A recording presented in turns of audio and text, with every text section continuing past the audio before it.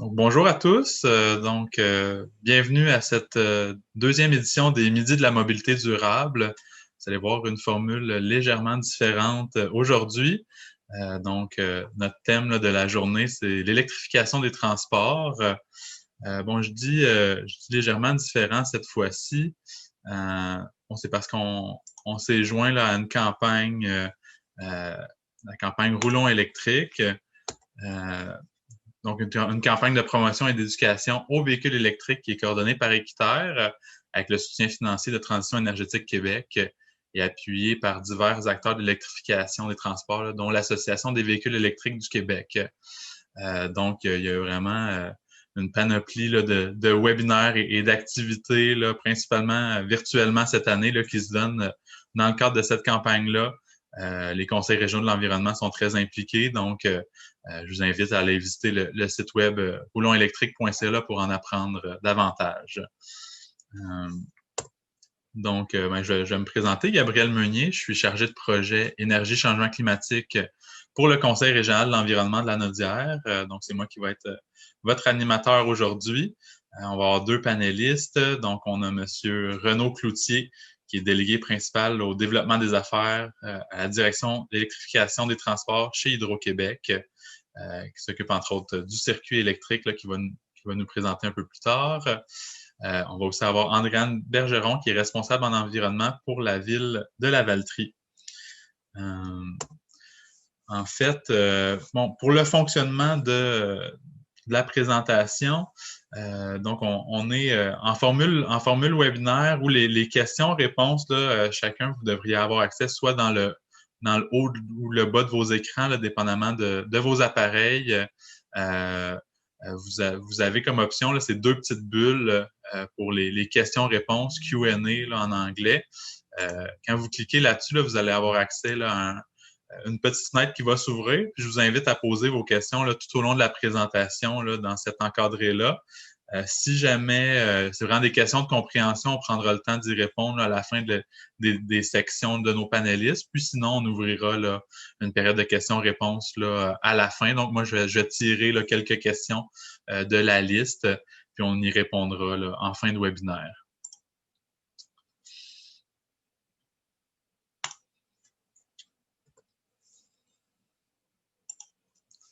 Donc, en fait, je vais faire une très brève introduction au véhicule électrique. Là. Donc, pourquoi le véhicule électrique?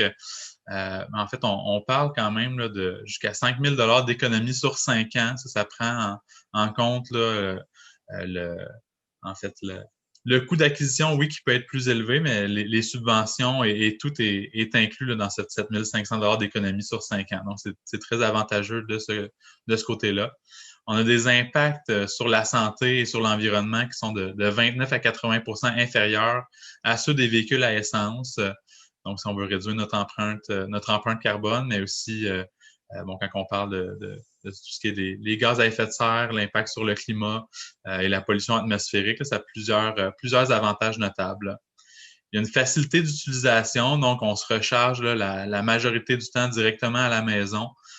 Donc, ça prend quelques secondes à la fin de chaque journée. Puis bon, pour des déplacements un peu plus longs, il y a un vaste réseau public de bornes de recharge là, dont il va être question un peu plus tard dans le webinaire.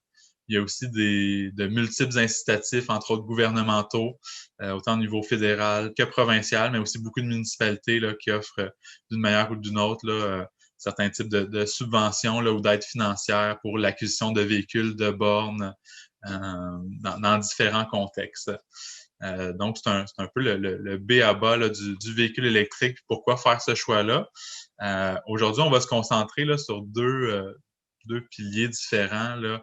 Donc, le premier, ça va être la présentation du circuit électrique et de son déploiement là, dans la région de la Naudière. Puis, on va voir aussi comment une municipalité, la ville de Lavaltrie, là, dans le cas qui nous occupe, a mis en fait l'électrification là, à l'avant-plan où ils ont vraiment développé une vision là, du déploiement de l'électrification des transports sur leur territoire. Donc, ça va pouvoir inspirer, là, espérons-le, d'autres municipalités, peut-être même des entreprises à suivre le pas. Donc, avant de laisser la parole notre premier panéliste. Là. Je vais l'introduire un petit peu plus en détail. Donc, Renaud Cloutier œuvre dans le domaine de l'électromobilité au Québec depuis plus de 10 ans.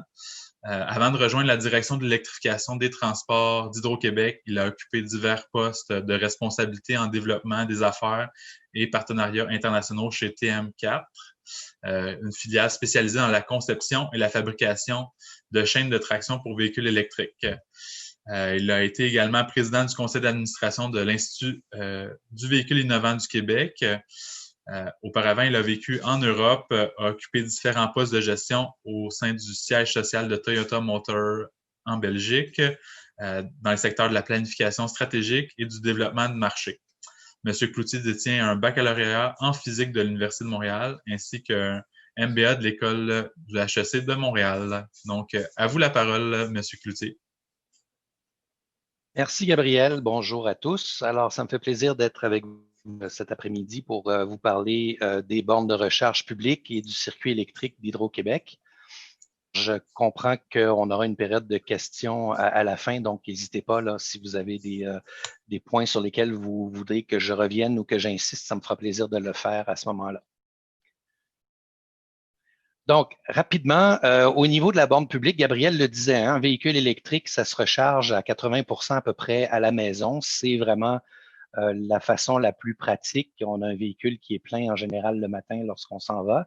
Mais évidemment, il peut arriver dans plusieurs cas de figure qu'on ait besoin de recharge en cours de route. Et c'est là où intervient le réseau de bornes publiques qui s'étend de plus en plus au Québec. Le circuit électrique, on est rendu à 3500 bornes maintenant sur l'ensemble du territoire dans toutes les régions.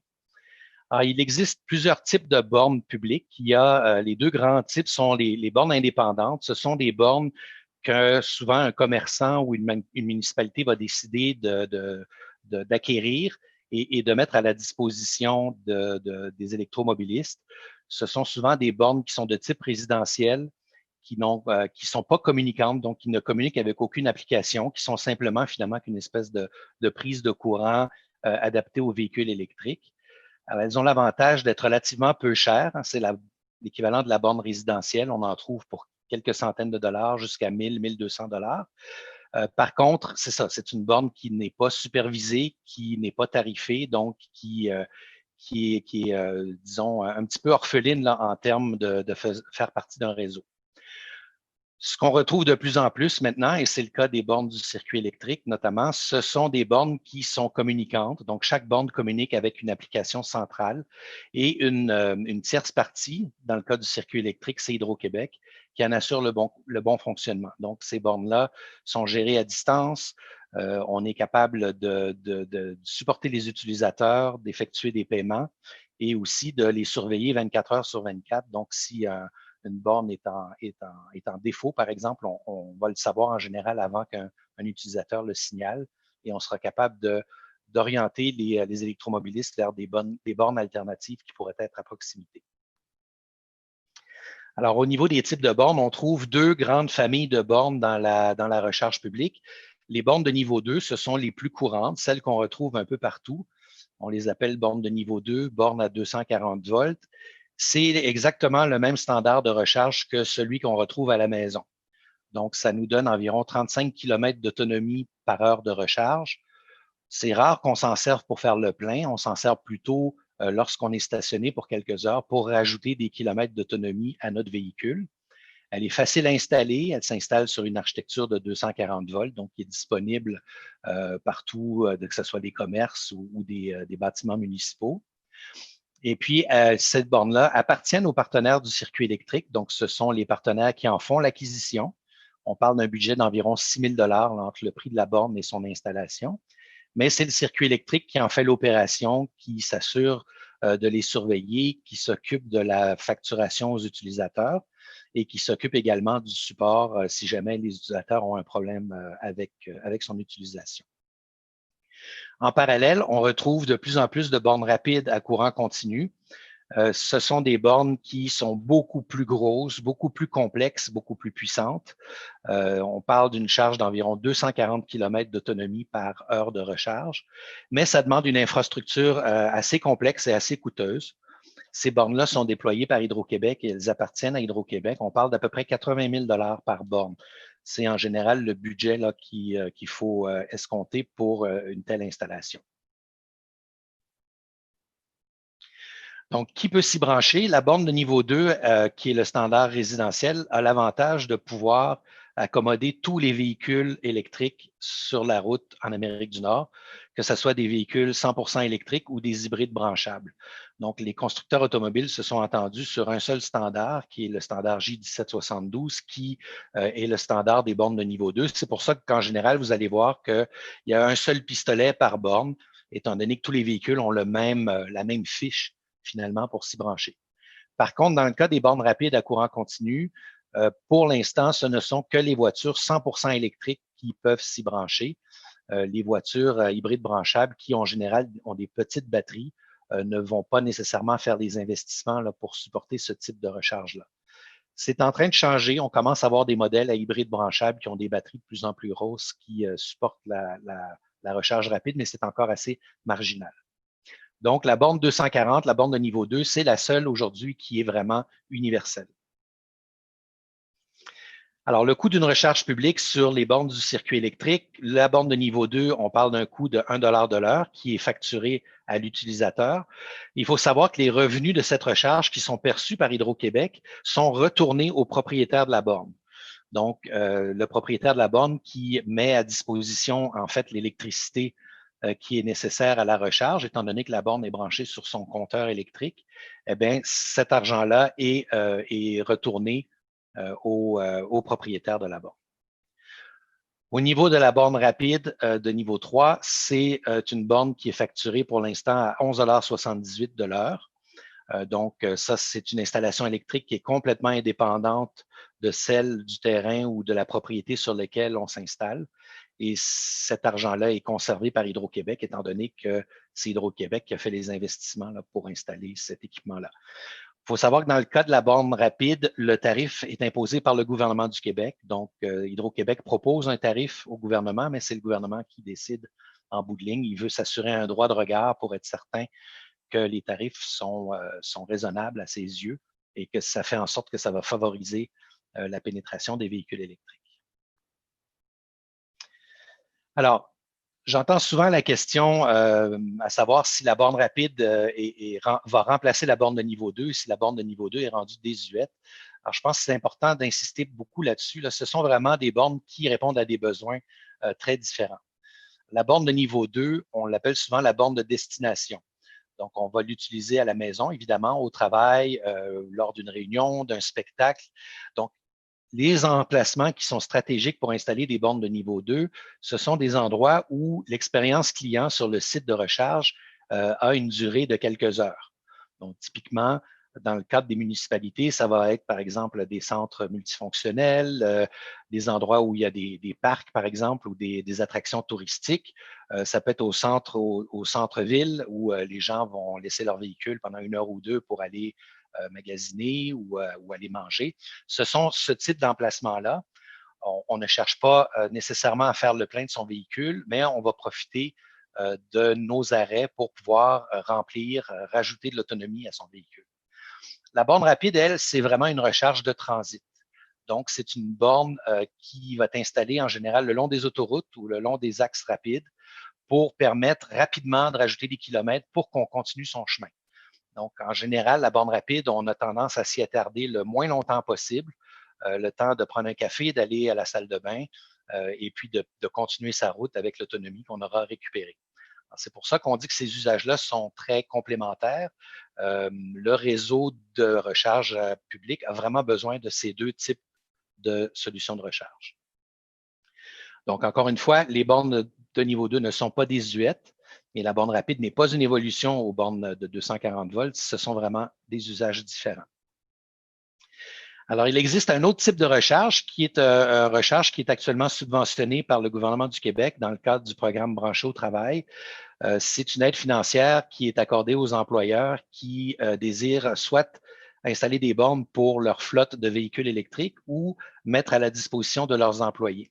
Alors, c'est bien important de savoir que cette aide financière n'est accordée que pour des recharges qui servent aux employés de l'organisation. Ce ne sont pas des bornes publiques, donc ce sont des bornes qui sont plutôt considérées comme étant des bornes privées.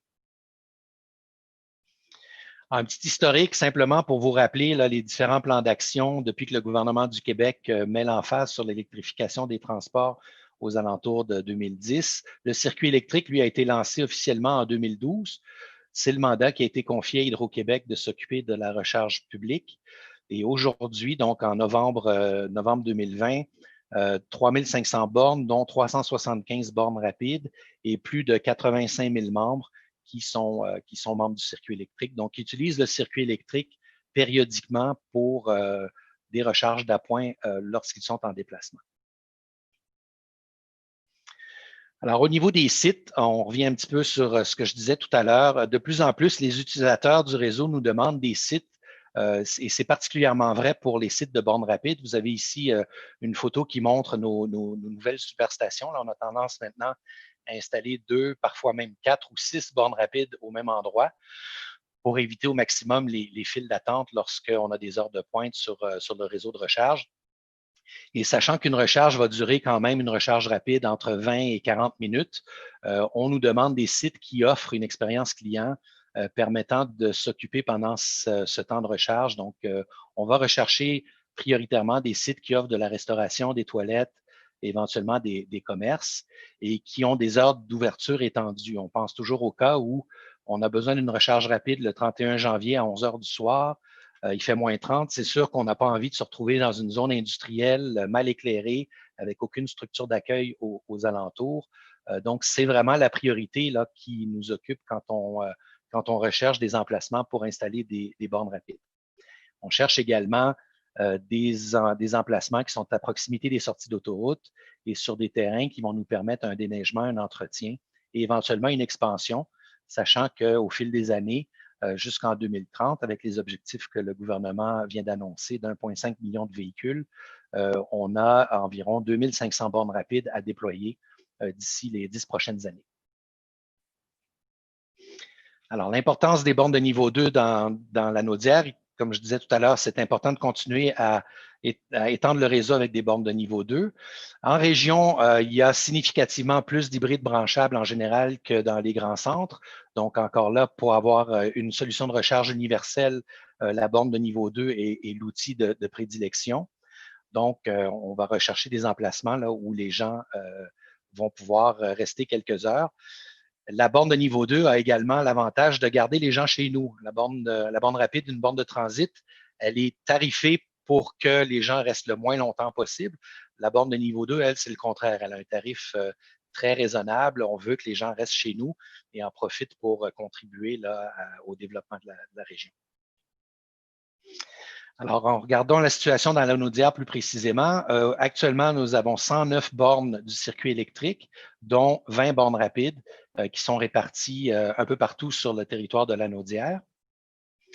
Dans les projets à venir, on a d'ici la fin de l'année 6 nouvelles bornes rapides. Là, on travaille sur un gros site à Berthierville. 6 bornes au même endroit, ça va être le plus gros site du Québec qui va être inauguré, on espère, avant que l'hiver arrive pour vrai.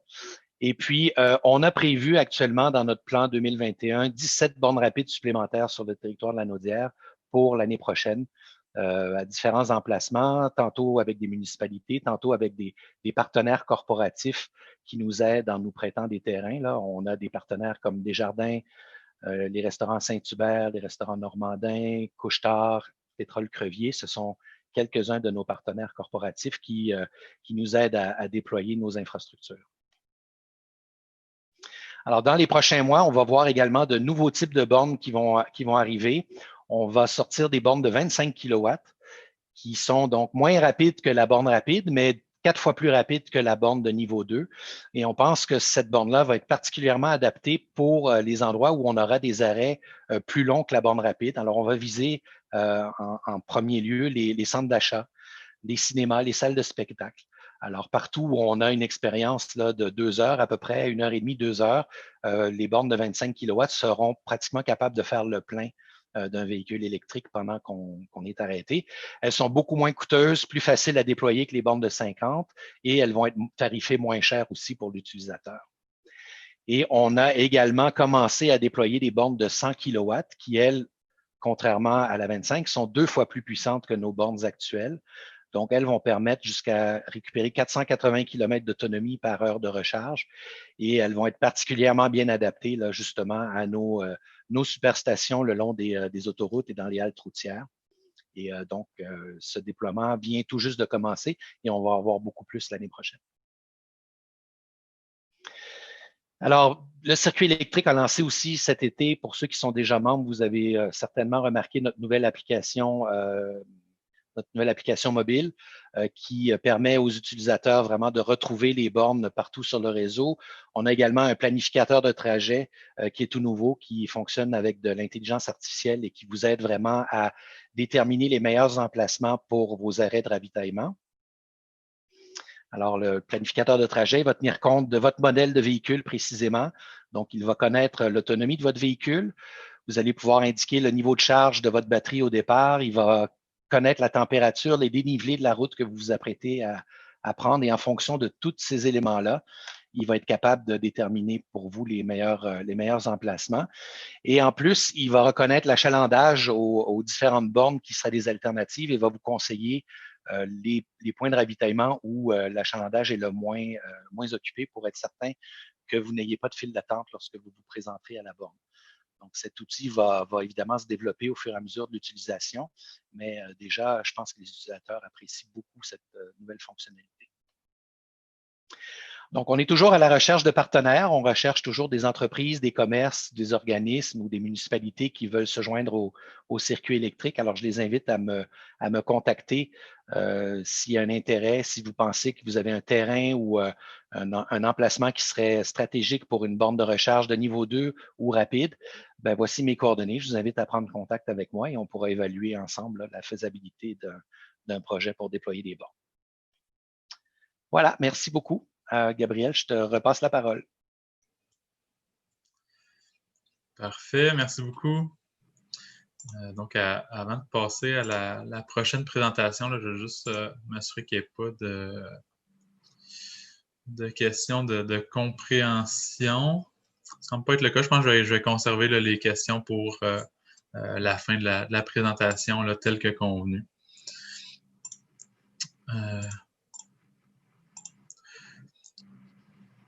On nous indique que les Mitsubishi Outlander qui ont 35 km d'autonomie, qui auraient la recharge rapide là, inclus à bord.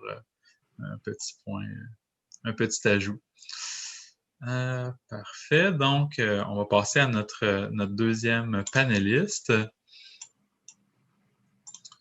Donc, je vais vous présenter Andréane Bergeron, donc, qui est à l'emploi de la ville de Lavaltrie depuis juillet 2019. Elle occupe le poste de responsable en environnement. Elle élabore et met en œuvre divers projets, programmes et règlements touchant l'environnement, que ce soit au niveau des matières résiduelles, des bandes riveraines, la protection des milieux naturels, de l'air, des changements climatiques. Comme on va le voir aussi, le dossier de l'électrification des transports.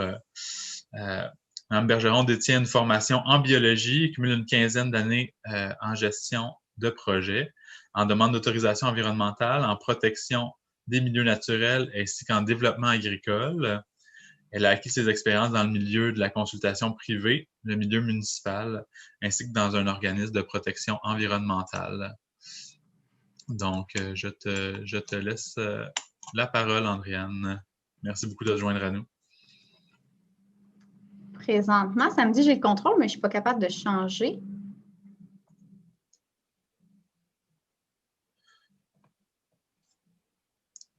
Clique peut-être avec ton pointeur sur l'écran, sinon je verrai. Ah, est-ce que c'est toi qui... C'est bon? Oui, ça a fait comme tantôt, il y a un petit décalage. Parfait.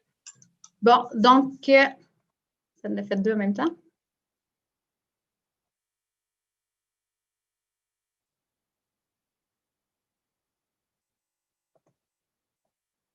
OK, c'est parti. Donc, qui est Lavaltrie? C'est une municipalité d'environ 14 000 citoyens. Donc, on est vraiment dans la petite ville. On a environ une centaine d'employés. Lavaltrie, dans le fond, s'est dotée d'une planification stratégique en 2018. C'est les élus avec les cadres de la MRC qui ont Ils ont cogité sur la planification stratégique. Et puis, ils ont mis l'environnement quand même en avant-plan sur plusieurs sujets et ils se sont dotés d'objectifs comme exemple, respecter, voire dépasser les normes environnementales par un développement rigoureux et des infrastructures adaptées. Qui a une volonté vraiment tangible là, de faire des actions en environnement. Et puis même dans la vision de la planification stratégique, c'est mentionné privilégier un développement sain et respectueux de la nature. Lavaltrie se projette comme une ville aux convictions environnementales qui sait mettre en valeur la beauté et la qualité de son territoire. Que donc, à partir de ça, c'est là où est venu mon poste en environnement et qui découle, dans le fond, certaines actions là, au niveau environnemental. Je voulais faire un rapport, dans le fond, pourquoi agir en électrification des transports? C'est toujours se demander pourquoi, au niveau municipalité ou au niveau citoyen, entreprise, on doit agir dans ce volet-là. On se rappelle que le transport est responsable, selon les données de 2018, là, de 43 des émissions de gaz à effet de serre. Donc, c'est quand même assez important. On dénote une augmentation de 90 et 2016, puis une légère diminution depuis 2011. Que dans le fond, c'est là qu'arrive l'auto électrique, là, qui devient une option très intéressante. Et puis, j'ai quand même mentionné que, surtout au Québec, étant donné qu'on a Hydro-Québec et de l'hydroélectricité, l'option de l'auto électrique devient très intéressante. Donc, la question, comment une municipalité peut agir en électrification du transport? Premièrement, en montrant l'exemple, présentement, à la ville, on a 4 autos de fonction là, pour les urbanistes et les gens des travaux publics. Nos 4 autos sont toutes électriques. Et puis, d'ailleurs, on vient d'en recevoir les 2 que vous voyez sur la photo. C'est des Soul. On vient de les recevoir. Ils sont tout neufs. Ça fait 2 semaines. Ils ne sont pas encore lettrés. On a aussi, dans le fond, on a une Volt, puis on a une Leaf. On a commencé, dans le fond, on a fait 3 acquisitions cette année. La Leaf, elle est un peu plus vieille. Ça fait 4 ans qu'on l'a. Mais au cours des dernières années, qu'est-ce qu'on faisait? C'est de la location d'auto électrique, surtout en été. Puis là, dans le fond, on a testé l'outil, puis on a décidé de faire l'acquisition. Autre option, bien, dans le fond, on a des bornes, oui, aux travaux publics, là, pour les autos sont là, qu'on a des bornes de recharge. On en a 3. Étant donné qu'on a fait l'acquisition de nouveaux véhicules, on va en rajouter aussi 2 autres, qu'on va en avoir 5. On en a aussi une à l'hôtel de ville où, dans le fond, les employés peuvent se brancher. Jusqu'à maintenant, on a 6 employés qui ont des autos électriques. Qu'est-ce qu'on a fait aussi? Bon, la photo est de loin, mais dans le fond, on a une borne, comme M. Cloutier nous a présenté, là, une borne de niveau 2 avec 2 pistolets qui est sur le réseau de circuits électriques, que les citoyens peuvent venir se stationner et puis se brancher sur cette borne-là. Elle a été installée en 2018 et puis jusqu'à maintenant, la première année, il y avait moins d'utilisation, mais les 2 autres années, beaucoup plus. Puis, dans le fond, qu'est-ce qu'on projette? C'est qu'on va avoir un retour sur investissement comme avec les redevances que M. Cloutier mentionnait sur 3 ans. Ce n'est pas vraiment une dépense en tant que telle. On a un retour d'investissement assez rapide. Et puis, on prévoit en ajouter d'autres, là, vu qu'on trouve que le résultat est concluant, on va en ajouter d'autres sur le territoire. J'ai mis, dans le fond, une carte de Lavaltrie où on voit où sont, on a en bas Lavaltrie où qui est écrit 2. Dans le fond, c'est ces 2 bornes-là qui sont au parc Gérard-Lavallée qui est situé au centre-ville avec les activités sportives. C'est là qu'on a les 2 qui appartiennent à Lavaltrie. On en a, il y a un petit 2. Dans le fond, c'est la Caisse populaire et les restaurants AEW qui ont aussi des bornes de niveau 2. Qu'est-ce qu'on veut? On projette, c'est ça, en ajouter, qu'on va regarder sur le territoire pour en ajouter d'autres, probablement plus près de l'autoroute. Parce qu'il y a un stationnement incitatif j'ai mis, on voit un peu là, à la jonction de la 40 et de la 31, on a un stationnement incitatif qu'on projette d'en installer à cet endroit-là. Puis on a aussi des terrains de soccer là, un peu plus dans la portion nord de la ville qu'on aimerait aussi en ajouter dans ces secteurs-là. Pour la borne rapide, il y en avait une avant, dans le fond, à la halte de Lavaltrie, qui est près de l'autoroute 40. Présentement, elle est en reconstruction, cette halte-là, mais j'ai vu que, dans le fond, les bornes vont être réinstallées. On va avoir quand même des bornes rapides sur notre territoire. Qu'est-ce qu'on a mis sur pied aussi en 2020? Dans le fond, c'est un programme de subvention pour les citoyens qui s'installent des bornes électriques. Donc, en plus des subventions qu'ils peuvent aller chercher là, provinciales, la municipalité s'engage à donner 150 $ par résidence. Ça vaut aussi pour les multilogements. Là. Il y a des possibilités de demande de subvention. C'est juste qu'on va avoir un maximum si jamais dans un multilogement, il y a beaucoup de personnes qui en veulent une.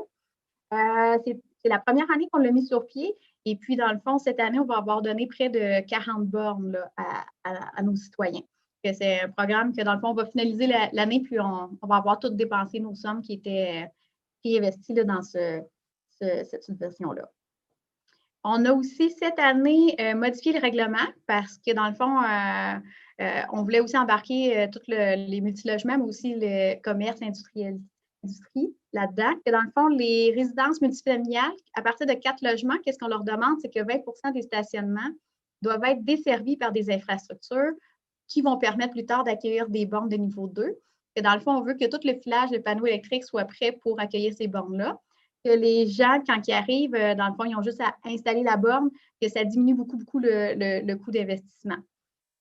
Puis, qu'est-ce qu'on demande pour les 40 logements et plus? C'est qu'on va leur demander aussi qu'en plus de préparer le filage puis le panneau, on demande qu'ils installent aussi 2 bornes de niveau 2.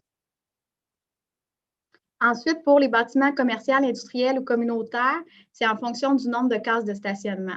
On va leur demander d'installer, si on 10 à 19 cases, on va leur dire une borne minimum. Après ça, 20, 49, 2 bornes, puis 50 cases et plus, 3 bornes installées, toujours de niveau 2, ce n'est pas les bornes à recharge rapide.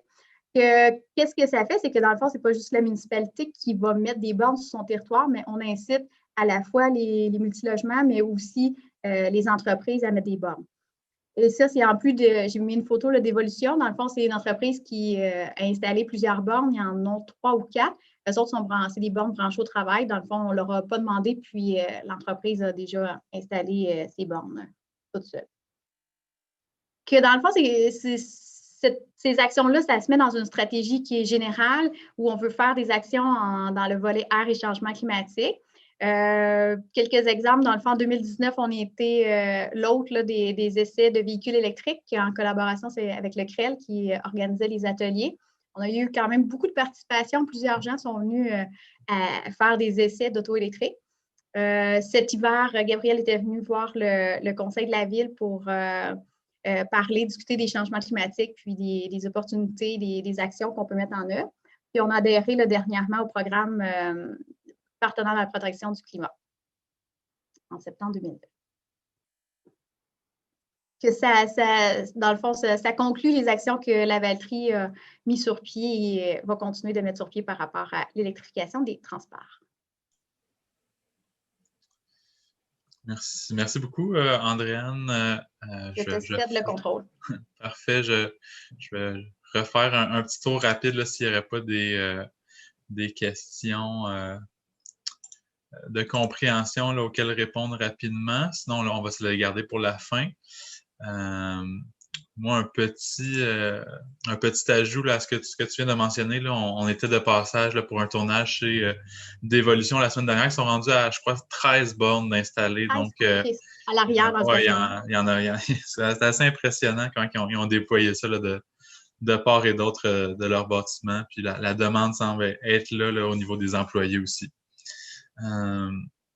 Parfait, mais avant de clore un peu avec la période de questions-réponses, j'ai quelques messages d'intérêt public. Donc, en fait, nos prochains rendez-vous, donc je parlais de la série les Midis de la mobilité durable. On en a notre prochain qui va être le 2 février prochain, sous forme de webinaire encore sur l'heure du midi. Cette fois-là, ça va être sur les milieux de vie pour un vieillissement actif. Puis, ça va être donné par l'organisme Vivre en Ville qui se spécialise sur les questions d'aménagement du territoire. Donc, bien intéressant encore une fois pour, entre autres, les municipalités qui souhaitent déployer sur leur territoire des aménagements qui répondent aux besoins du plus grand nombre. Puis bon, en même temps, il y a toute la communauté qui peut mettre l'épaule à la roue dans ce type de projet-là. On va clore un peu notre grand projet, la mobilité durable, ça me branche, qu'on a porté les 3 dernières années environ, en avril, le 6 avril prochain, pour être plus précis, par un forum sur la mobilité durable. Ça aurait dû avoir lieu, en fait, en juin de cette année, mais bon, 2020 étant ce qu'elle est, on a dû repousser tout cela, puis trouver peut-être une formule différente, là. Donc, pour l'instant, il n'y a pas nécessairement une formule finale, là, mais on s'enligne vers une formule hybride. Donc, une portion en personne si la santé publique nous le permet à ce moment-là. Mais sinon, tout va être déjà là, prêt pour qu'on puisse adopter une formule un peu plus style webinaire en ligne. Donc,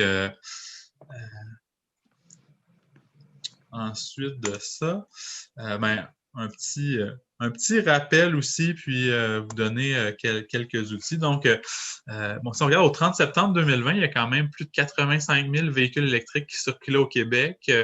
Là-dessus, la région de la Naudière en comptait 8 394 pour être exact. Donc, on conserve la palme là, du plus grand nombre de véhicules électriques par capita au Québec. Donc, c'est quand même une statistique assez éloquente là, qui démontre là, à quel point la communauté de la Naudière s'est mobilisée autour de cet enjeu-là. Puis il y a quand même plusieurs joueurs qui ont mis l'épaule à la roue puis qui ont fait autant au niveau des concessionnaires, des municipalités, des entreprises qui ont embarqué.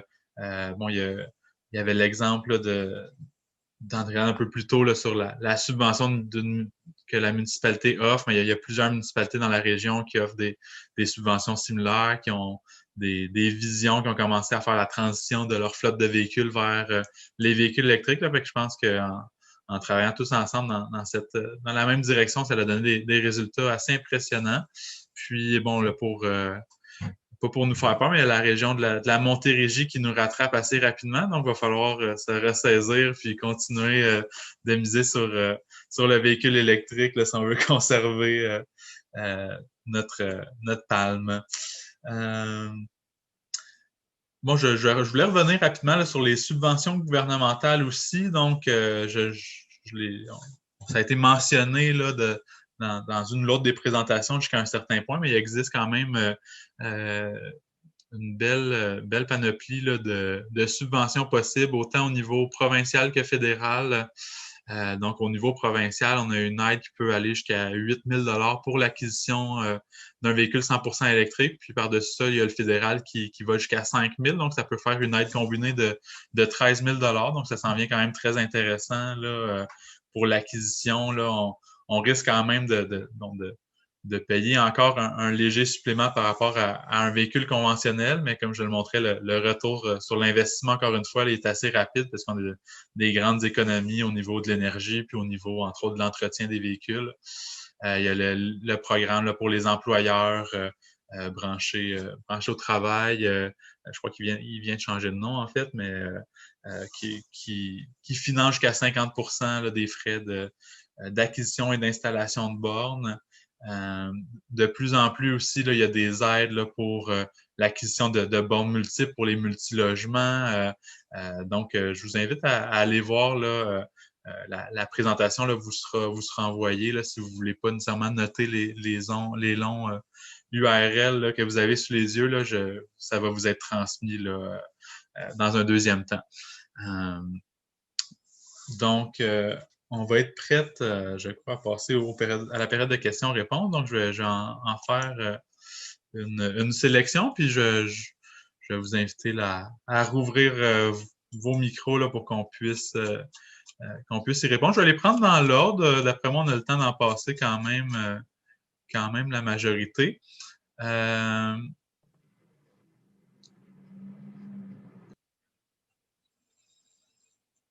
Bon, on nous demande, je ne sais pas s'il y a quelqu'un qui a une réponse à tenter. Est-ce que le gouvernement du Québec va soutenir l'industrie pétrolière pour que la transition vers les véhicules électriques se fasse plus rapidement?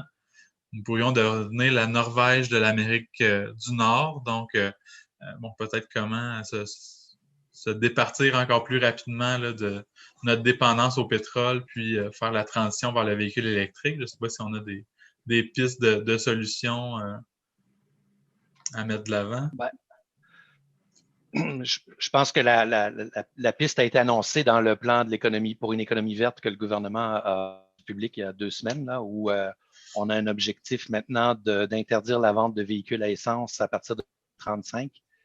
ce qui fait du Québec là, une des juridictions les plus agressives au monde là, en termes d'adoption massive du véhicule électrique. Alors, c'est clair que les industries périphériques, notamment l'industrie pétrolière, va devoir dépêcher là, pour embarquer dans la transition énergétique.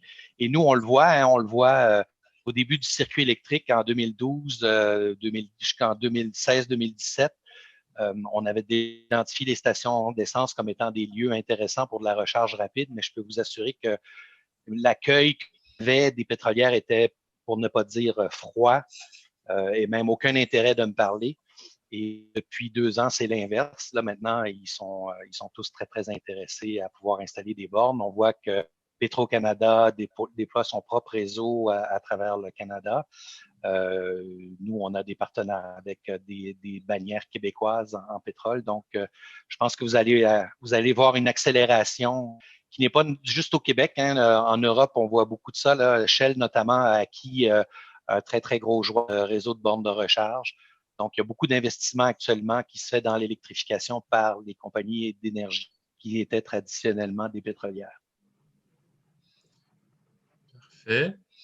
Bon, on y a peut-être répondu un peu par la bande un peu plus tôt. Pourquoi, lorsque nous retrouvons des bornes Tesla, nous en retrouvons plusieurs, mais les bornes niveau 3 sont souvent seules ou en duo?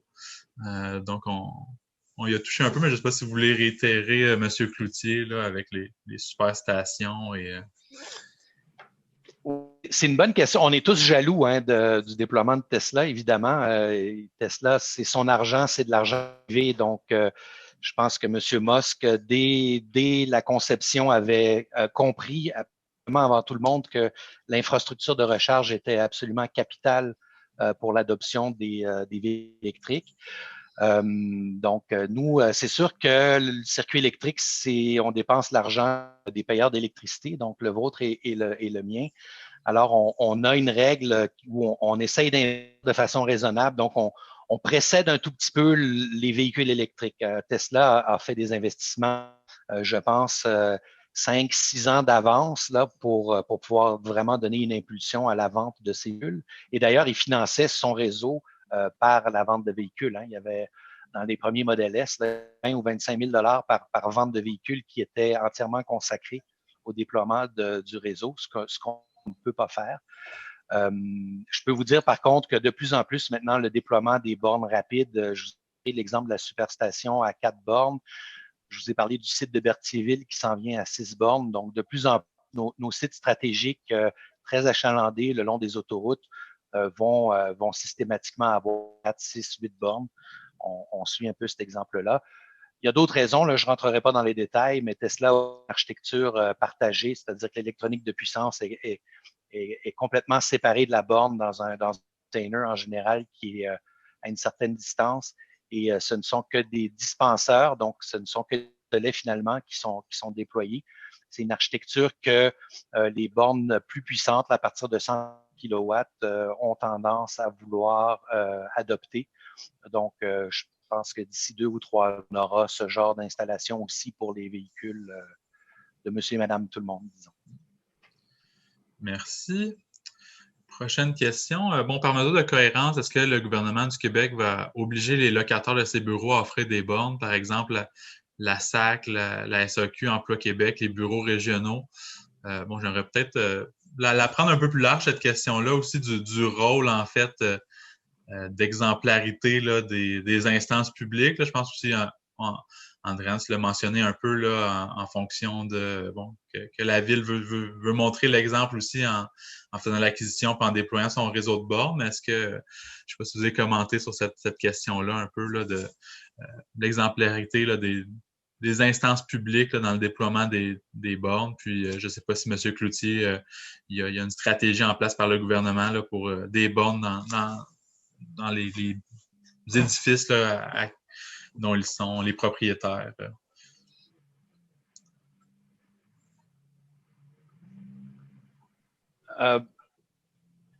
C'est sûr qu'il y a toutes sortes d'initiatives, hein, puis le gouvernement s'est souvent pointé du doigt pour l'exemplarité de l'État au niveau de l'infrastructure, mais aussi au niveau de l'électrification de sa propre.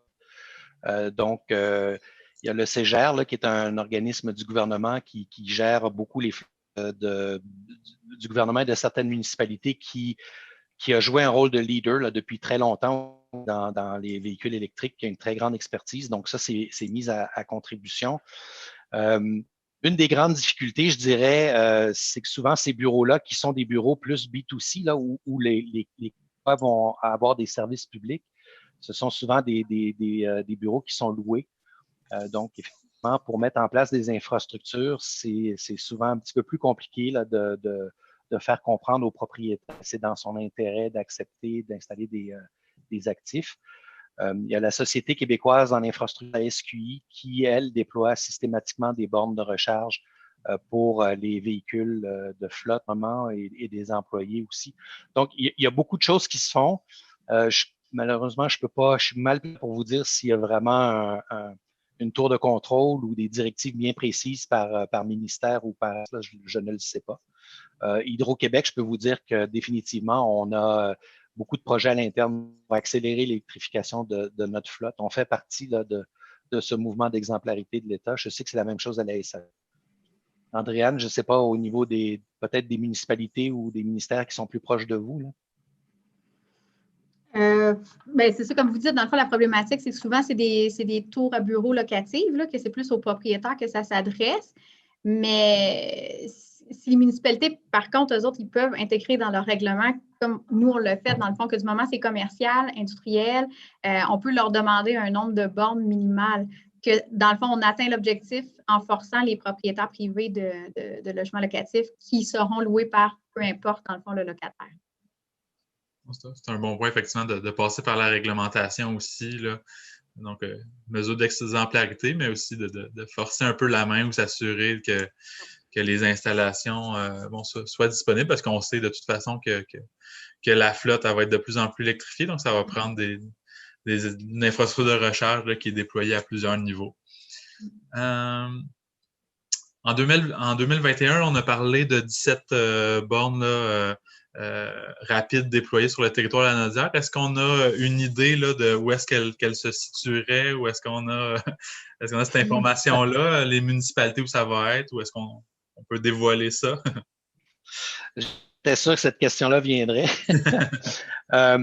On est toujours craintif de dévoiler nos plans si longtemps d'avance parce que les gens s'en rendent pas compte, mais installer c'est un parcours du combattant. Il y a énormément d'embûches qui peuvent survenir en cours de route. Il faut évidemment une servitude de la part du propriétaire. Il faut obtenir des permissions des fois environnementales. Il faut que le branchement d'Hydro-Québec soit à proximité. Il faut qu'on n'ait pas de problème technique avec ce qu'on découvre en excavation, par exemple. Donc, c'est difficile de comprendre. Ce que je peux vous dire, Andréane a parlé tantôt de la fameuse halte de Lavaltrie, là, qui est la halte routière entre les deux bandes d'autoroute qui est rénovée actuellement par le gouvernement du Québec. Il y a un bon nombre de ces bornes. Allez là, la halte, si l'échéancier respecté va réouvrir en 2021 et ça va devenir le plus gros site de recharge au Québec et on va probablement même en profiter pour introduire une toute nouvelle génération de bornes encore plus. Donc, ça va devenir un phare, je dirais, au niveau québécois. Pour l'instant, ce que je peux vous dire, on a des projets qui sont en cours d'analyse avec des partenaires municipaux, tantôt privés, à Charlemagne, Lachenay, Notre-Dame-de-la-Merci, Repentigny, Saint-Alphégèse et Terrebonne. C'est ce que j'ai actuellement dans le pipeline. Ce sont des plans qui sont en mousse continuellement. Donc, si jamais, effectivement, on a le milieu qui nous propose un site stratégique, nos critères qui semblent prioritaires en fonction de proximité d'autres ouvrages de recharge ou en fonction de l'achalandage des bornes aux alentours, on peut absolument l'insérer dans 21. On peut déjà le mettre tentativement dans le plan 2022. Donc, c'est pas le béton, là, c'est vraiment des choses qui évoluent à chaque mois. Là. Donc, sentez-vous bien à l'aise, encore une fois. Le milieu, vous êtes nos yeux là, sur le terrain, donc on a besoin de ces recommandations de votre part pour identifier les meilleurs emplois. Parfait. Prochaine question. Bon, est-ce que l'arrivée de camions électriques, là, on en parle de plus en plus, là, des camionnettes, des véhicules pick-up qui s'en viennent, est-ce que ça va modifier le plan de déploiement des bornes rapides, entre autres pour faciliter les gens qui ont à se déplacer avec une remorque, un bateau, là, des charges, des choses comme ça?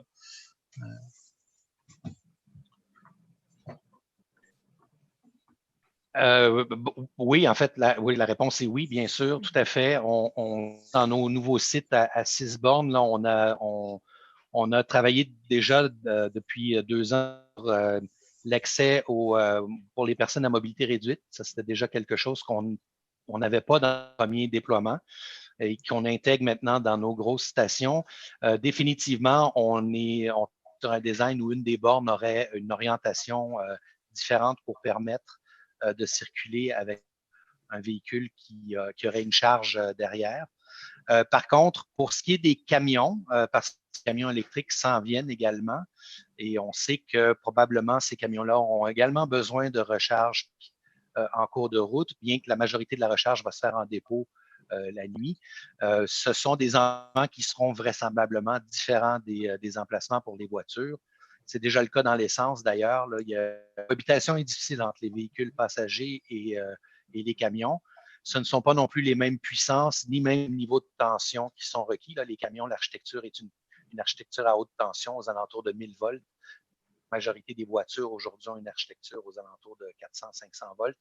Donc, les technologies ne sont pas nécessairement les mêmes, mais on va avoir dès l'année prochaine un projet pilote là, pour des premières stations de ravitaillement public pour ça sera annoncé là, probablement au printemps 2021.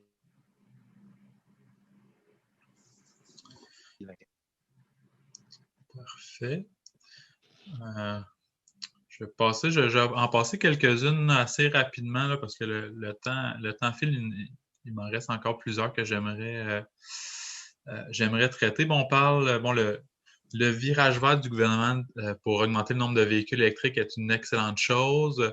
Est-ce que ce virage se fera avec d'autres types de véhicules?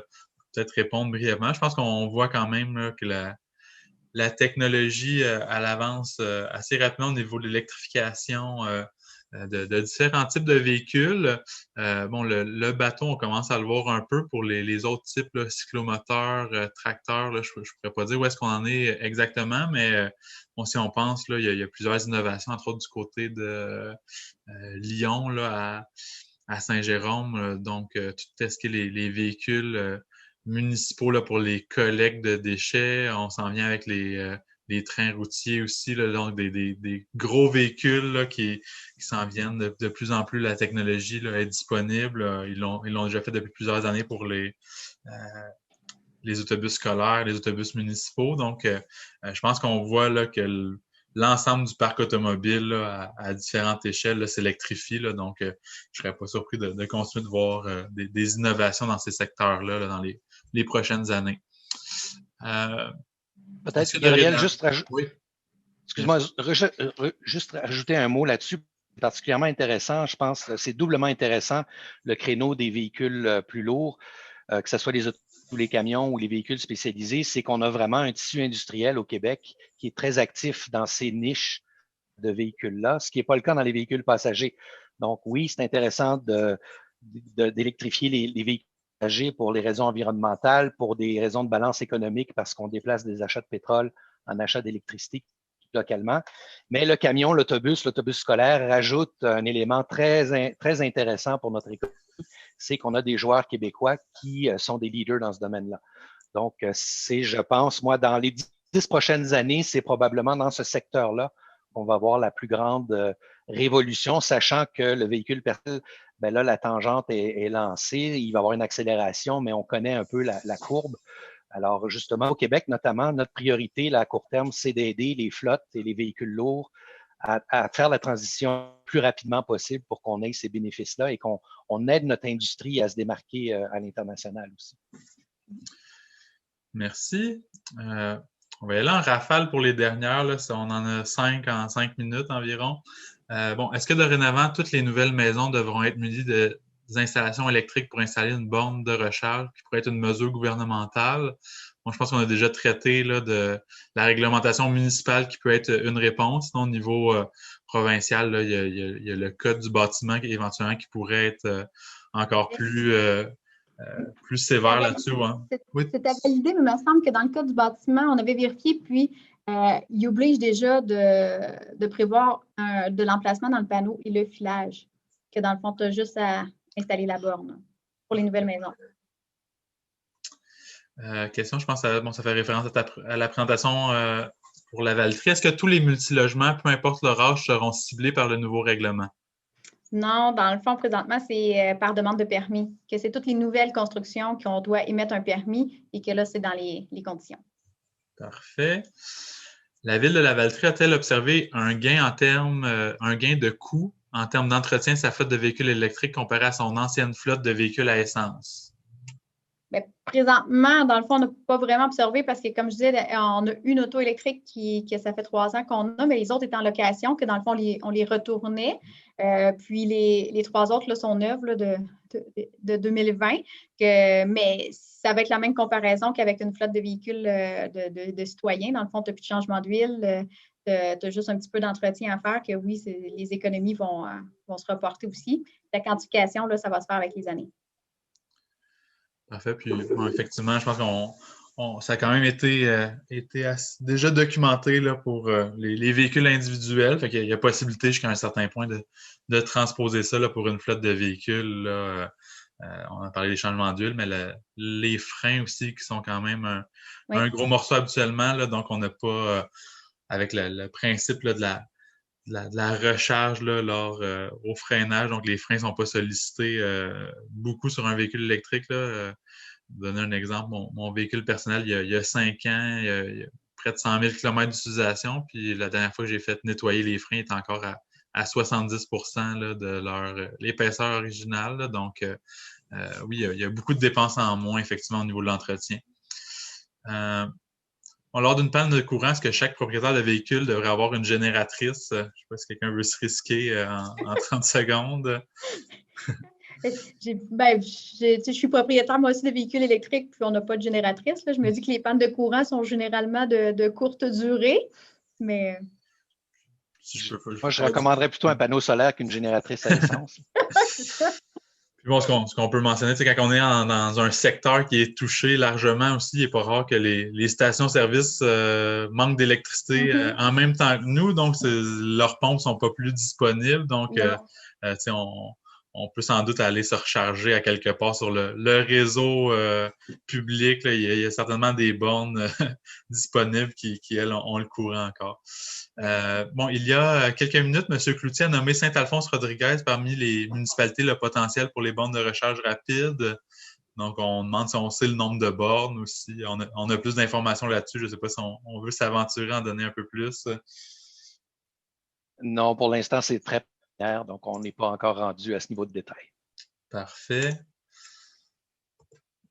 Donc, en fait, je voulais, on va reprendre l'occasion, là, avant de clore la session, de vous remercier encore une fois, là, autant à l'ensemble des participants. Là, on a eu une pointe d'une trentaine de participants là, en milieu de panel, mais il y en a qui sont ajoutés là, pas mal tout au long de vos présentations. Puis merci à vous, là, donc Andréane Bergeron de la Ville de la Valtrie, Renaud Cloutier chez Hydro-Québec. Donc, merci de votre participation, c'est très apprécié.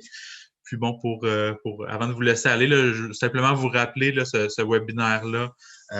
Fait partie de la campagne Roulons électrique. Donc, je vous invite à aller visiter leur site web. Il y a des concours. Entre autres, on peut gagner la location d'un véhicule électrique pour 1 an. Il y a le guide du véhicule électrique. Donc, c'est un guide assez complet là, sur les avantages du véhicule électrique, puis sur les différents modèles, leurs comparatifs. Il y a du contenu interactif. Puis tous les événements qui s'en viennent aussi là, au niveau du calendrier de webinaires. Il y en a plusieurs encore à venir, donc je vous invite à aller jeter un petit coup d'œil. Puis peut-être le mot de la fin, là, on a lancé là, il y a quelques années déjà là, du côté du CREL la plateforme Embarque la Nodière. Donc, on y regroupe l'ensemble de l'information au niveau du transport alternatif là, dans la région de la Nodière. Puis, entre autres, on a inclus les données là, l'ensemble des bornes de recharge, là, des circuits publics. Donc, on peut y voir autant les lignes de transport collectif, transport actif, de bornes de recharge. Donc, c'est un autre outil là, qui peut être intéressant d'utiliser. Donc, merci encore une fois. Puis, sur ce, je vais vous souhaiter une bonne fin de journée. Puis, on se donne rendez-vous là, le 2 février pour notre prochain webinaire.